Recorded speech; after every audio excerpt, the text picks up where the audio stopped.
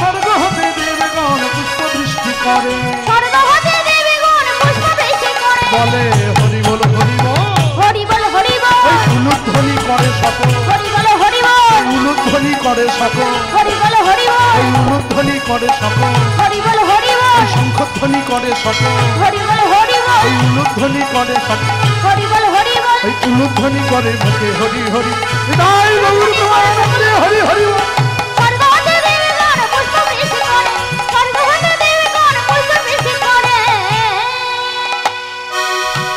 শঙ্খচূড় তুলসীর বিবাহ হয়ে গেল। হরে কৃষ্ণ। নিজের সহধর্মিনী অর্ধাঙ্গিনীকে সঙ্গে নিয়ে প্রাসাদে ফিরে এসেছে শঙ্খচূড়। তুলসী সতীসাধ্যী নারী, সর্বদাই স্বামীকে সেবা করে, নিত্য নারায়ণকে সেবা নিবেদন করে। আর এইভাবে যতদিন কেটে যায় ততই দৈত্যরাজ শঙ্খচূড়ের মনের মধ্যে দৈত্যভাব জাগ্রত হয়।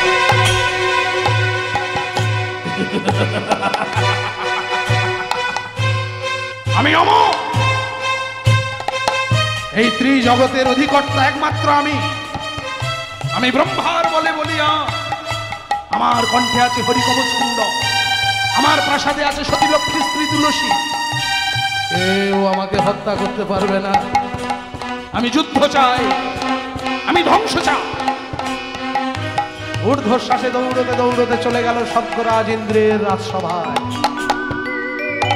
ইন্দ্রের রাজসভায় উপস্থিত হয়ে শঙ্খচূড় চিৎকার করে বলে উঠল, দেবরাজ ইন্দ্র, তোমার জন্য গৌতম মুনির স্ত্রী অহল্যাকে পাষাণ করে দিল, আর তুমি হলে কিনা দেবতাদের রাজা। দূর হয়ে যাও স্বর্গরাজ্য থেকে, দূর হয়ে যাও। দেবরাজ ইন্দ্রকে তাড়ালো, একে একে সমস্ত দেবতাকে তাড়ালো। যে পিতা ব্রহ্মা দিয়েছিল হরিকবচ কুণ্ডল অমরত্ব বল, সেই পিতা ব্রহ্মাকেও ছেড়ে কথা বলল না, পিতা ব্রহ্মাকেও তাড়ালো। সবাইকে তাড়িয়ে অবশেষে এসে হাজির হলো কৈলাস পর্বতে ভোলা মহেশ্বরের কাছে। যেই না ভোলা মহেশ্বরের কাছে এসে উপস্থিত হয়েছে, শঙ্খচূড়ের বিশাল বড় দেহটা দেখে ভোলা মহেশ্বর ভয়ে তৎপর করে কাঁপছে।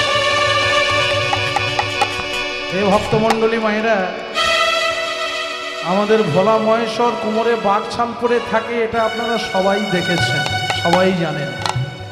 আর কোমরের ওই বাঘছালটা একটা সাপ দিয়ে বাঁধা থাকে। ভোলা মহেশ্বর শঙ্খচূড়কে দেখে ভয়ে এত কাঁপছে, কোমরে বাঁধা সেই সাপটা মনে মনে ভাবছে, বাবা কি ব্যাপার, বাবা এত কাঁপে কেন? বাবা যদি এত কাঁপে, আমার এই ছোট্ট দেহটা তো ছিঁড়ে যাবে। তা যাকে বাবা কাঁপে কাঁপুক, আমি আমার রাস্তা দেখি। আস্তে আস্তে সাপটা কোমর থেকে খুলে চলে যাচ্ছে, আর বাবা কাঁপছে। বাবার হুঁশ নেই, বাবা ভয়ে কাঁপছে। আস্তে আস্তে কোমরের বাঘছাল নিচের দিকে হরিবোল হয়ে যাচ্ছে। হরিবোল হতে হতে হতে হতে যেই হাঁটু পর্যন্ত হয়েছে, ধরে ফেলে। হায় রে, এই দৃশ্য দেখে শঙ্খচূড় হেসে উঠেছে। মহেশ্বর, আমাকে দেখেই যখন তোমার এই অবস্থা, যাও, তোমায় আর কিছু বললাম না, তোমার রাজত্বে তুমি সুখে থাকো। চলে গেলে, আর ভোলা মহেশ্বর কোমরের বাঘছাল ধরে চলেছে। কোথায়? ছুটিতে ছুটিতে প্রভু বিষ্ণু লোকের হাইলা, ছুটিতে ছুটিতে প্রভু বিষ্ণু লোকের হাইলা, ছুটিতে ছুটিতে প্রভু বিষ্ণু লোকের হাইলা, ছুটিতে ছুটিতে প্রভু বিষ্ণু লোকের হাইলা, ছুটে যা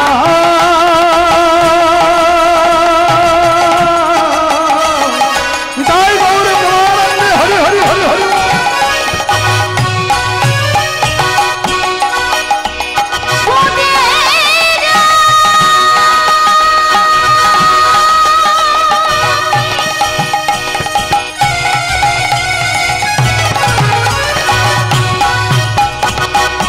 ছুটে যা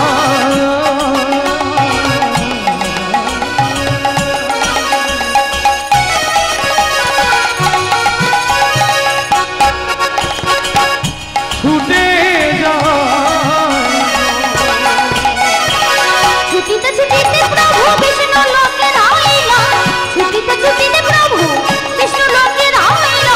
অন্তরের কথায় আজ বিষ্ণুকে জানাইলাম।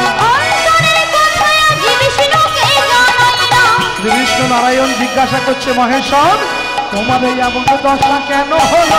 এমন দশা কেন হলো? তোমার এমন দশা কেন হলো? এমন দশা কেন হলো? শঙ্খ চূড় করে দিল, এমন দশা কেন হলো? শঙ্খ চূড় করে দিল।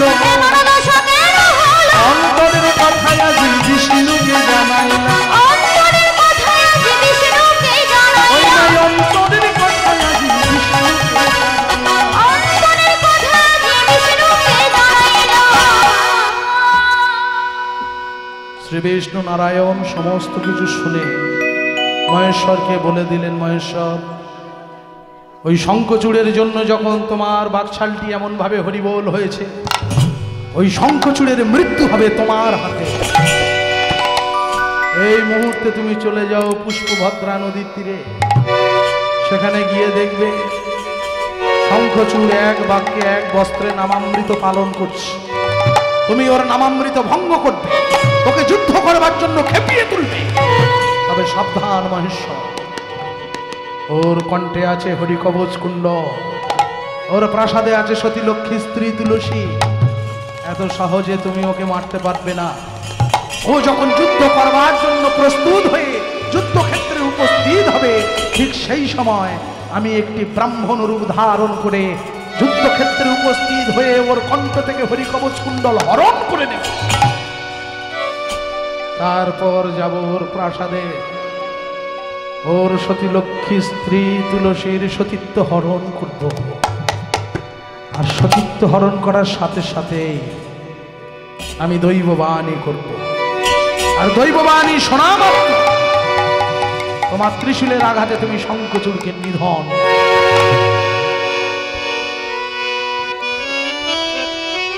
হরে কৃষ্ণ হরি বল। সে ভক্তমণ্ডলী মায়েরা আস্তে আস্তে প্রায় লীলার শেষের দিকে এসে গেছি। তো এই যে হরিবাস, এই যে হরিসভা, এই হরিসভায় হরিনামে মেতে উঠতে সবাই চায়। আর আজ সবাই মাদবার জন্যই এখানে এসেছে। তাই লীলা সমাপ্তির আগে আসুন এই হরিনামের স্রোতে আমাদের এই দেহ নামক তরীটাকে ভাসিয়ে দিই। কৃষ্ণ বলে বহু তুলে চলো রে মন নেচে নেচে।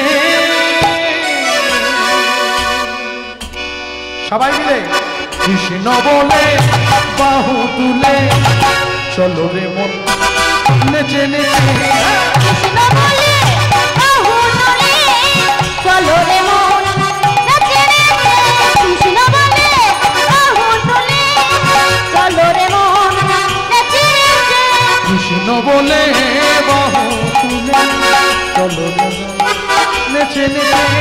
কৃষ্ণ বলে হরি হরি হরি বল। চলো রে মন নেচে নেচে। এদিকে করতালি কি হলো?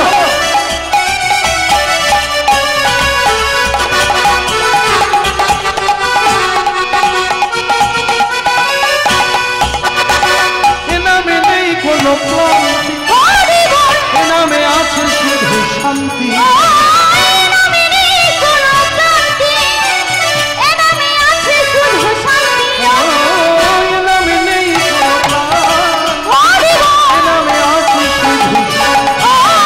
এ নামে নেই কোনো ক্লান্তি, হরি বল। এ নামে আছে শুধু শান্তি। বাহু তুলে গগন ভরে বাদর ভরে, বাহু তুলে বাদর ভরে। তাই গৌর পরমানন্দে হরি হরি বল। বাহু তুলে বাদর ভরে। বলো না কৃষ্ণের নাম। কৃষ্ণ বলে নাচো রে হরি শঙ্খ হরি বল। একবার কৃষ্ণ বলে বাহু তুলে নাচো রে মন হরি বলে।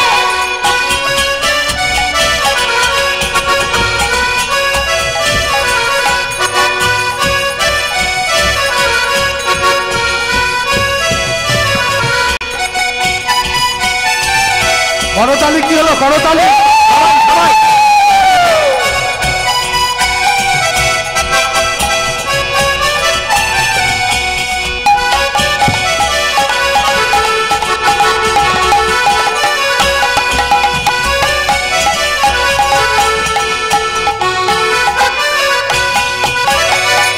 নামে বোবা কথা বলে, হরি বল এ নামে অন্ধ পথে চলে।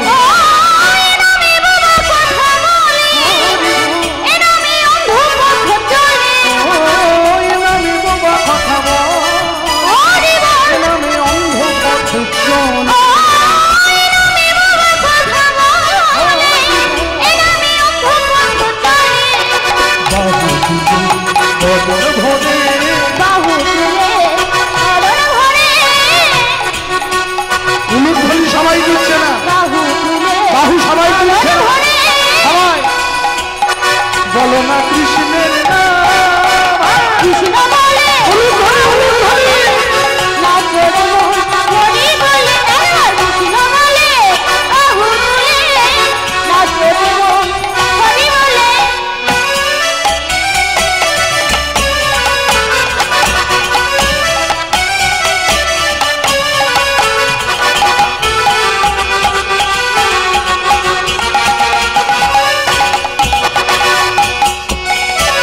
এ নামে নেই কোনো দুঃখ, দুঃখ এ নামে আছে শুধু সুখ। এ নামে নেই কোনো দুঃখ, হরি এ নামে আছে শুধু সুখ। বল, এ নামে নেই কোনো দুঃখ, এ নামে আছে শুধু সুখ। আরো গান, আরো গান। এ নামে আছে শুধু সুখ। বাহু তুলে বদর ভরে, বাহু তুলে আদর ভরে, বাহু তুলে বদর ভরে। বাহু তুলে আদর ভরে। বলো না কৃষ্ণের নাম।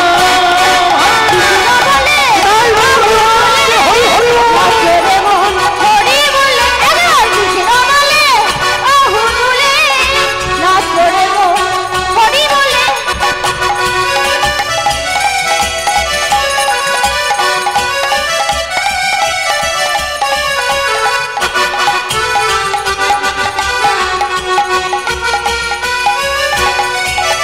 কৃষ্ণ বলে বাহু তুলে চলো রে নেচে নেচে।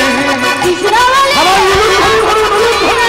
নাচরে মন হরি বলে, কৃষ্ণ বলে বাহু তুলে নাচরে মন হরি বলে, নাচরে মন হরি বলে, নাচরে হরি বলে।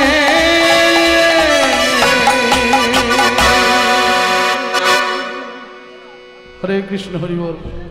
আস্তে আসুন মাগো, আমরা প্রায় দেখতে দেখতে লীলার শেষ জায়গায় এসেছি। আমরা এমন গান আরো দু একটা শুনবো, তবে লীলাটাকে বাদ দিয়ে নয়। আগে আসুন লীলাটা সম্পন্ন করি, তারপর দু একটা গান শুনবো আমরা। তো শ্রীবিষ্ণু নারায়ণের আদেশে ভোলা মহেশ্বর চলে গেলেন পুষ্পভদ্রা নদীর তীরে। শ্রীবিষ্ণুর আদেশ মতো ভোলা মহেশ্বর শঙ্খচূড়কে উত্তেজিত করে তুললেন যুদ্ধ করার জন্য। শঙ্খচূড় বলে উঠল, আগামীকাল এই পুষ্পভদ্রা নদীর তীরে মহেশ্বর তোমার সাথে হবে আমার সম্মুখ যুদ্ধ। আমি আসছি মহেশ্বর, আমি আসছি। শঙ্খচূড় চলেছে নিজের প্রাসাদের উদ্দেশ্যে। তুলসী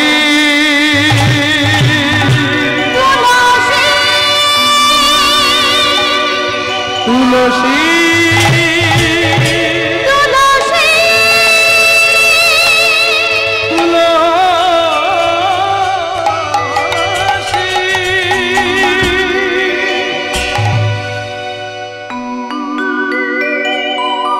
শঙ্খচূড়ের কণ্ঠ শুনে অন্দর মহল থেকে ঊর্ধ্বশ্বাসে বেরিয়ে এসেছে তুলসী। কি একই স্বামী, তুমি তো পুষ্পভদ্রা নদীর তীরে বসে বসে নামামৃত পালন করছিলে, হঠাৎ করে এইভাবে প্রাসাদে ফিরে এলো কেন? নামামৃত ভঙ্গ করে প্রাসাদে ফিরে আসাটা তো ভালো লক্ষণ নয়, এটা তো অমঙ্গলের লক্ষণ।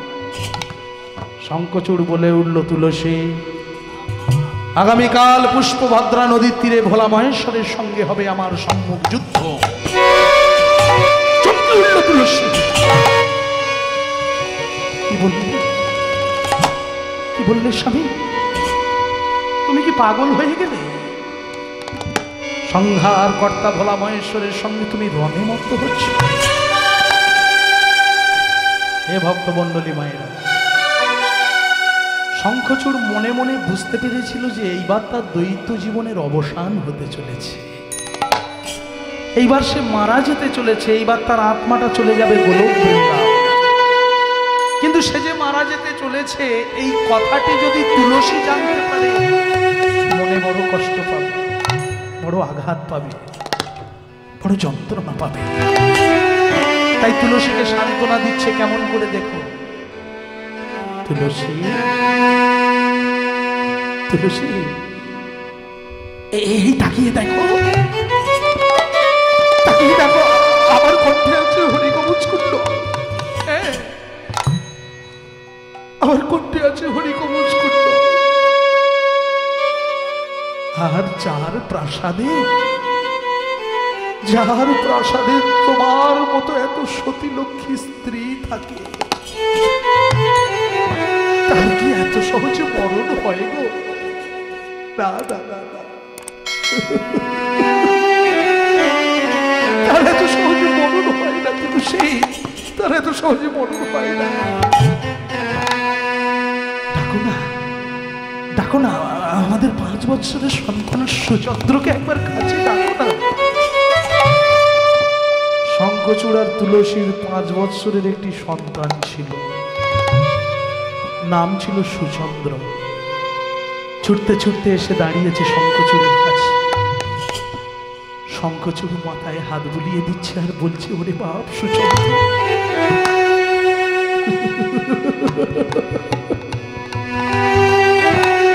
আমার যে বিদায় ঘরটা বেজে গেছে, এই সমস্ত রাজত্বের ভার আমি তোর হাতে তুলে দিয়ে গেলাম। অভাগিনী মাটাকে দেখিস রে, অভাগিনী মাটাকে দেখিস। তুলসী, তুলসী তাকিয়ে দেখো, তাকিয়ে দেখো, পূর্ব আকাশ কেমন পরিষ্কার হয়ে আসছে। দাও, দাও আমাকে যুদ্ধের সাজে সাজিয়ে দাও, আমাকে যুদ্ধের সাজে সাজাবে না তুলসী? তুলসী একে একে যুদ্ধের সাজে সাজাচ্ছে, কেমন করে দেখো। ললাটে তিলক অঙ্ক, মুখে ইষ্ট নাম ভজ, মনি মুক্তা করে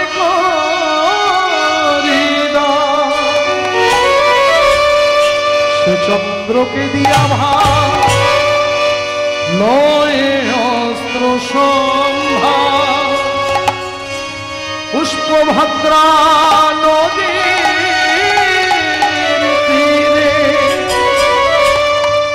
করিল গমন। বিদায় তুলসী, বিদায় তুলসী, বিদায় তুলসী।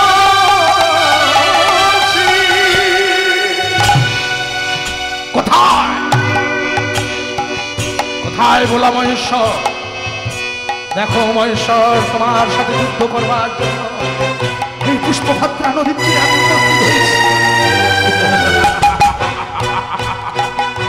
মারো আমাকে দেখি, দেখি তোমার ত্রিশূলের কত বড় ক্ষমতা।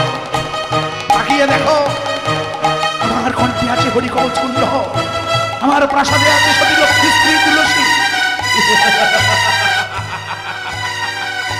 এত সহজে তুমি আমাকে মারতে পারবে না, পারবে না মহেশ্বর, মারো দেখি। এইভাবে যুদ্ধ করবার জন্য শঙ্খচূড় যখন প্রস্তুত, ঠিক সেই সময় শ্রী বিষ্ণু নারায়ণ একটি ব্রাহ্মণ রূপ ধারণ করে যুদ্ধক্ষেত্রে উপস্থিত হয়ে ডাক দিলে, শঙ্খচূড় কে?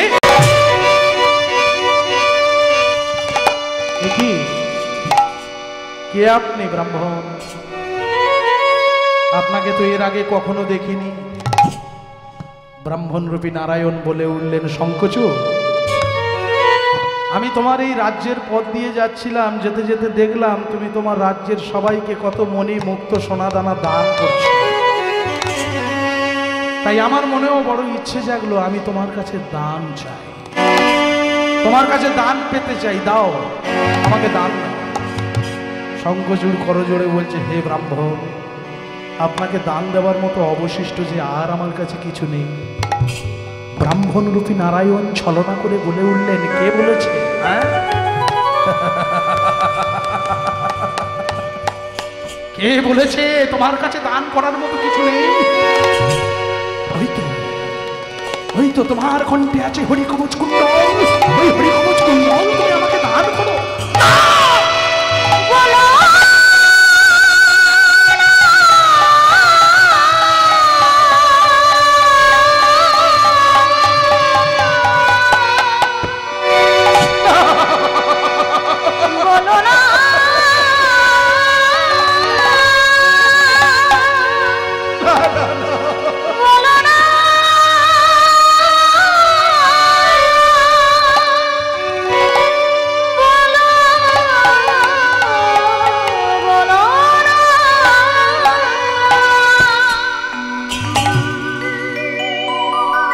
হরিকবচ কুণ্ডলের জন্য আমি বেঁচে আছি, এই হরিকবচ কুণ্ডল আমি দিতে পারবো না। ও, তাহলে তুমি দান দেবে না? বেশ বেশ, ঠিক আছে শঙ্খচূড়, তাহলে আমি ফিরেই যাচ্ছি। হঠাৎ শঙ্খচূড়ের মন জানান দিল যে আর সময় নেই রে, এবার গোলক বৃন্দাবনে যাওয়ার সময় হয়ে গিয়েছে। হঠাৎ শঙ্খচূড় বলে উঠল, দাঁড়ান দাঁড়ান ব্রাহ্মণ, দাঁড়ান, নিয়ে যান নিয়ে যান। কণ্ঠ থেকে হরিকবচ কুণ্ডলটি খুলে নিয়ে ব্রাহ্মণ রূপী নারায়ণের হাতে তুলে দিল শঙ্খচূড়। যেই না শঙ্খচূড় ব্রাহ্মণ রূপী নারায়ণের হাতে হরিকবচ কুণ্ডল তুলে দিয়েছে, শ্রী বিষ্ণু নারায়ণ অদৃশ্য হয়ে গেলেন। আকাশবাণী হলো, শঙ্খচূড় এ তুই কি করলি? তোর অমরত্ব বর হরিকবচ কুণ্ডল তুই ব্রাহ্মণ রূপী নারায়ণের হাতে তুলে দিলি, এবার ওই নারায়ণ তোর রূপ ধারণ করে যাবে তোর প্রাসাদে, তোর সতী লক্ষ্মী স্ত্রী তুলসীর সতীত্ব হরণ করবে। এইবার তোর মৃত্যু অনিবার্য, মৃত্যু অনিবার্য, মৃত্যু অনিবার্য। আকাশবাণী শোনার পর শঙ্খচূড় হাত থেকে অস্ত্রটা নিচে ফেলে দিয়েছে। অস্ত্রটা নিচে ফেলে দিয়ে ভোলা মহেশ্বরের চরণে বসে বসে হাউ হাউ করে খাচ্ছে আর বলছে, ওগো দয়াময়, ওগো কৃপাময়, ওগো করুণার সাগর, এই অভিশপ্ত জীবনে তো অনেক কষ্ট, অনেক যন্ত্রণা পেলাম, আর কেন? এইবার তোমার ওই শ্রীচরণে আমাকে আশ্রয় দান করো। জীবনের শেষ প্রার্থনা করছে শঙ্খচূড়। হরি হে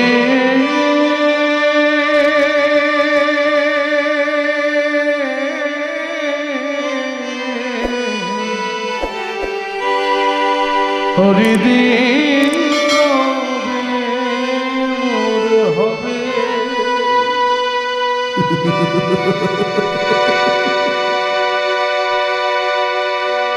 আমি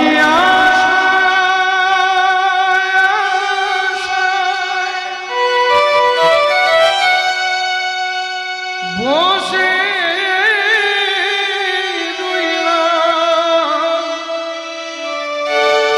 তোমার কৃপা পাব কবে?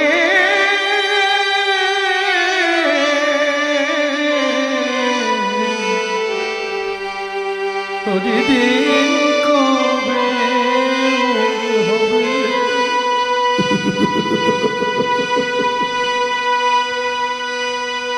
আশা যাবার ভবের মাঝে প্রভু তোমায় ডাকা হলো না,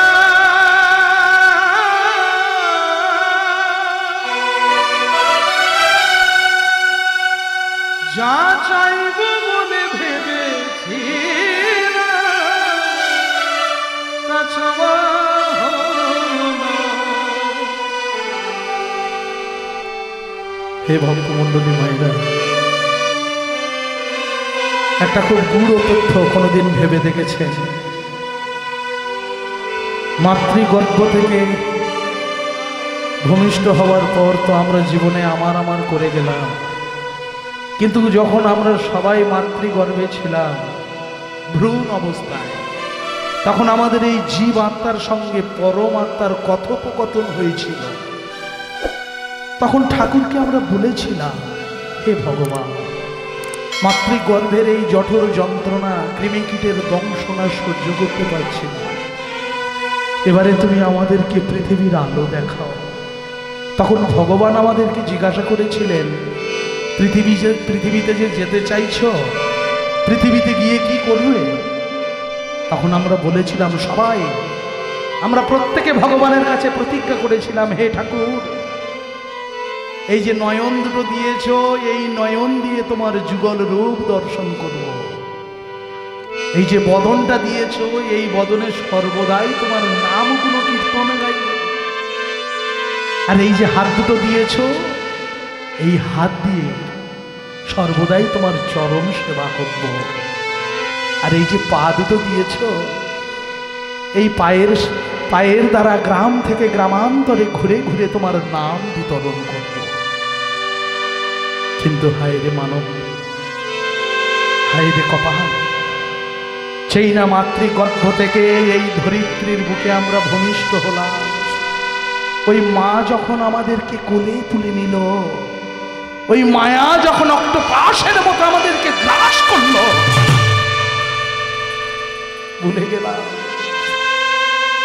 ভুলে গেলাম ভগবানের কাছে করা সেই প্রতিজ্ঞার কথা, সেই অঙ্গীকারের কথা। আস্তে আস্তে যখন জ্ঞান হলো, যত বড় হতে লাগলাম, আমার আমার আমার আমার করতে করতে বড় হলাম। এ বাড়ি আমার, এ গাড়ি আমার, আমার বাবা, আমার মা, আমার ভাই, আমার বোন, কিন্তু সত্যিকারে যেটা আমার, সেটাকেই আর আপন করা হলো না। কৃষ্ণ ভজিবার করে সংসারেতে আইনু, মিছে মায়ায় বদ্ধ হয়ে বৃক্ষ সম হইল। তাই পদকর্তা কত সুন্দর একটি কলম দিলেন, দেখুন, আসা যাওয়ার ভবের মাঝে প্রভু তোমায় ডাকা হলো না,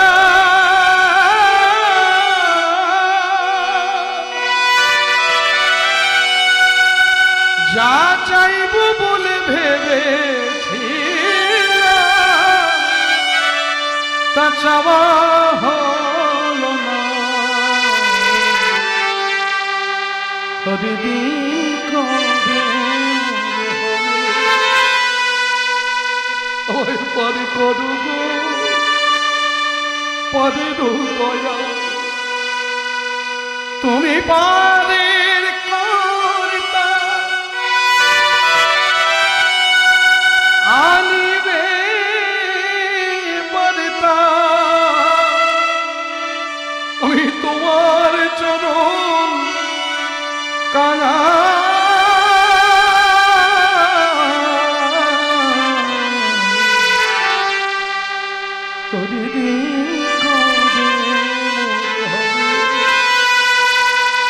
ওই পরে করব, পরে দয়া আমায় পারে করব, পরে দয়া আমায় পারে করব, পারে দয়া।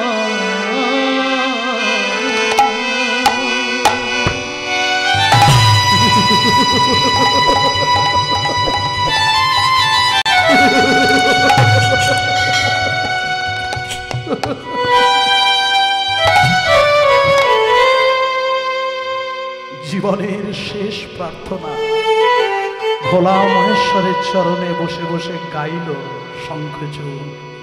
আর ওদিকে কি হলো দেখো, ওদিকে শ্রীবিষ্ণু নারায়ণ শঙ্খচূড়ের রূপ ধারণ করে শঙ্খচূড়ের প্রাসাদে গিয়ে ডাক দিলেন, তুলসী তুলসী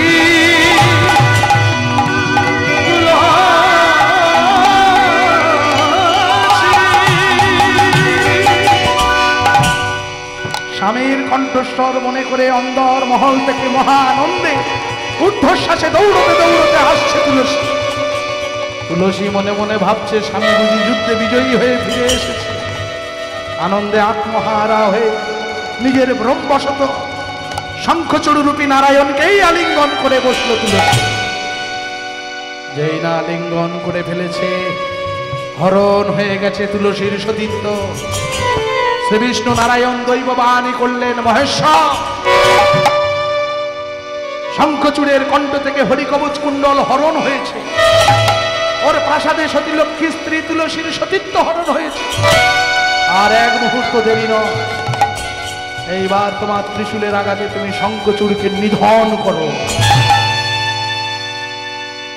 শ্রীবিষ্ণু নারায়ণের আদেশ শোনা মাত্র মহেশ্বর ত্রিশূলের আঘাতে শঙ্খচূড়কে নিধন করলেন। ত্রিশূলের ডগায় শঙ্খচূড়ের দেহটাকে তুলে নিয়ে মহেশ্বর বলে উঠলেন, ওরে শঙ্খচূড়, তুই দৈত্য হলেও তুই যে পরম ভক্ত ছিলিস, তাই তোর এই দেহটা যেখানে সেখানে আমি ফেলব না। সম্মুখে বয়ে যাচ্ছে মহাসমুদ্র, এই মহাসমুদ্রে আমি তোর দেহটাকে নিক্ষেপ করব। পরে তোর এই দেহ থেকে একটি জীবের জন্ম হবে, যার নাম হবে শঙ্খ। আগত কলি যুগে মর্তের প্রতিটি ঘরে ঘরে মাঙ্গলিক ধ্বনি হিসেবে ব্যবহৃত হবে এই শঙ্খ। আর যে রমণীর হাতে তুই বিরাজ করবি, তখন সে রমণী থাকবে সধবা। আর যখনই সে রমণী তোকে হাত থেকে পরিত্যাগ করবে, তখনই সে রমণী হবে বিধবা। যা যা শঙ্খচূড় যা। মহাসমুদ্রে নিক্ষেপ করলেন শঙ্খচূড়ের দেহটা। আর এদিকে কি হলো, এদিকে আলিঙ্গন করার পর তুলসী বুঝতে পেরেছে যে আমি কাকে আলিঙ্গন করলাম, এ তো আমার স্বামী নয়। কে তুমি? কে কে কে? দেখবে তুলসী আমি কে? শঙ্খ চক্র গদা পদ্মধারী চতুর্ভুজী নারায়ণ নিজ মূর্তি ধারণ করলেন। চমকে উঠল তুলসী, তুমি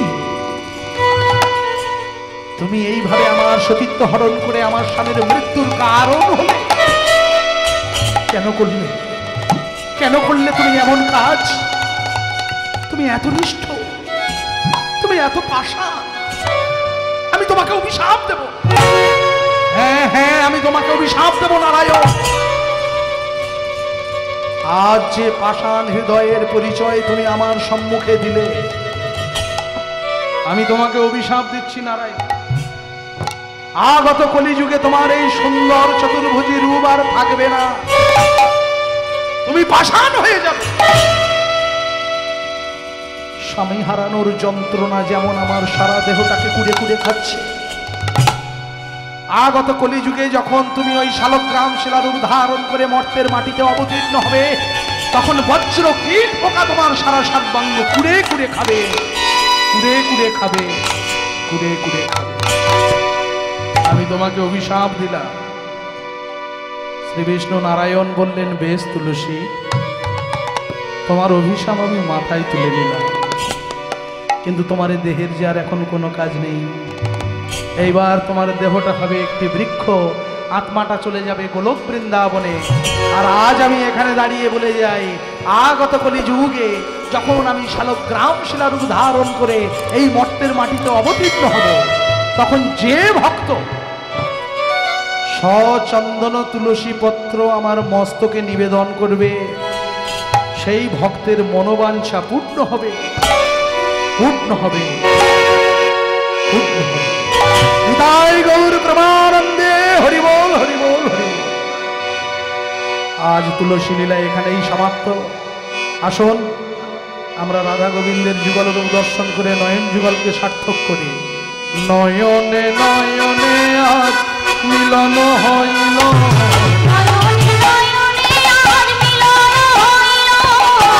নয়নে নয়নে আজ মিলন হইল,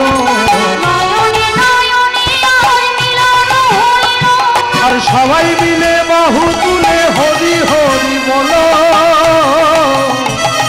সবাই মিলে বাহু তুলে হরি হরি বলো,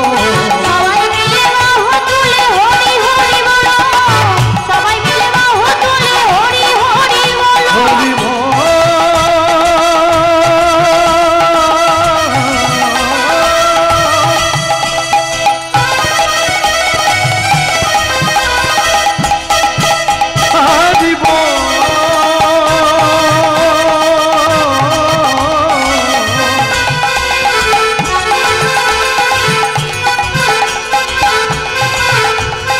হরি বল,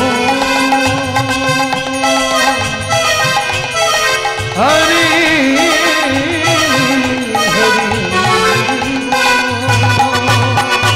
সবাই মিলে বাহু তুলে হরি হরি বলো, সবাই মিলে বাহু তুলে হরি হরি বলো।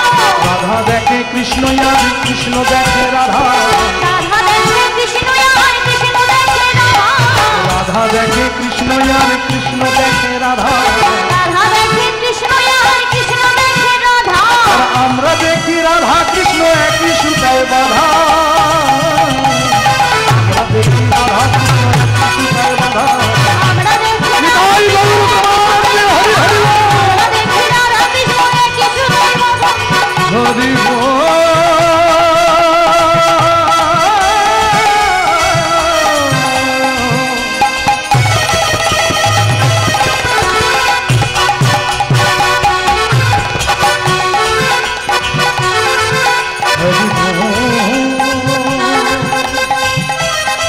হরি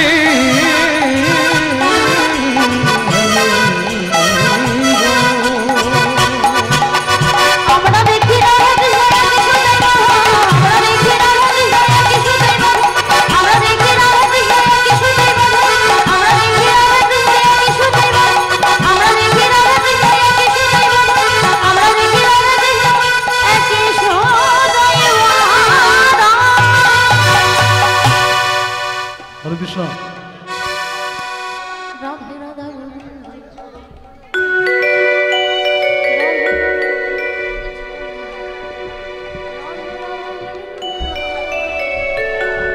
আসানসোল দুর্গাপুর থেকে এসছে সুকুমার নস্কর, এই দাদার গানে সন্তুষ্ট হয়ে 100টি টাকা পুরস্কৃত করলো। সুকুমার নস্করের নামে একটা জোরদার তালি। তার সঙ্গে এই দিদির দোয়ার কি শুনে দিদিকে 100 টাকা পুরস্কৃত করলো।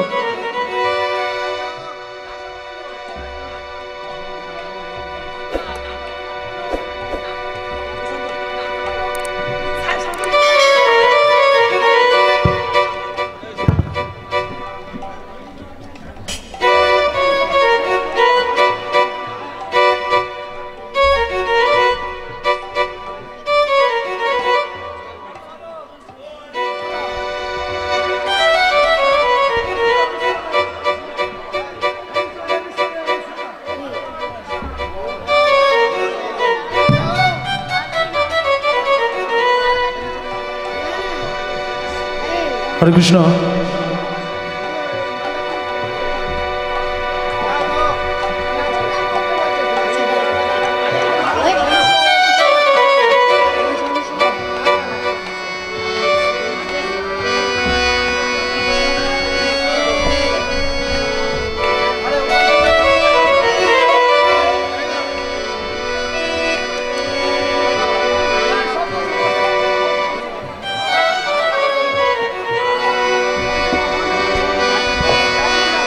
একটি নজরুল গীতি আমার কাছে কমিটি থেকে শুনবার জন্য অনুরোধ করেছেন, তো আমি চেষ্টা করছি গানটি শোনাবার।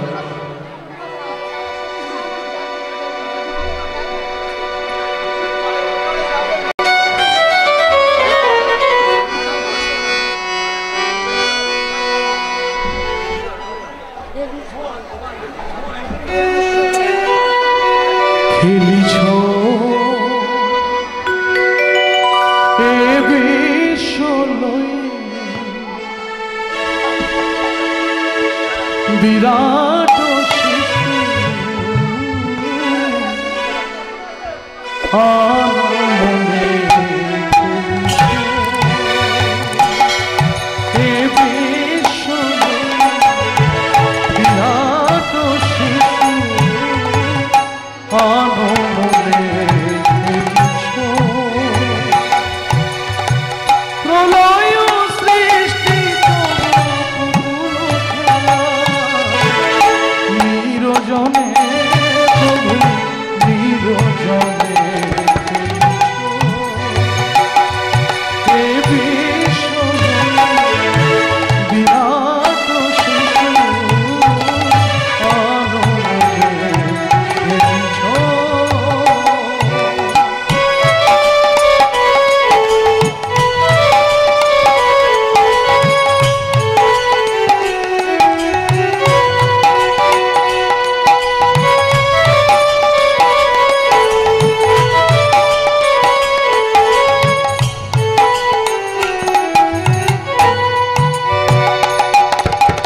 শূন্যে মহাকাশে তুমি মগ্ন লীলা বিলাসে শূন্যে মহাকাশে তুমি মগ্ন লীলা বিলাসে হাসিছ খেলিছ তুমি আপন শোনে নিরজনে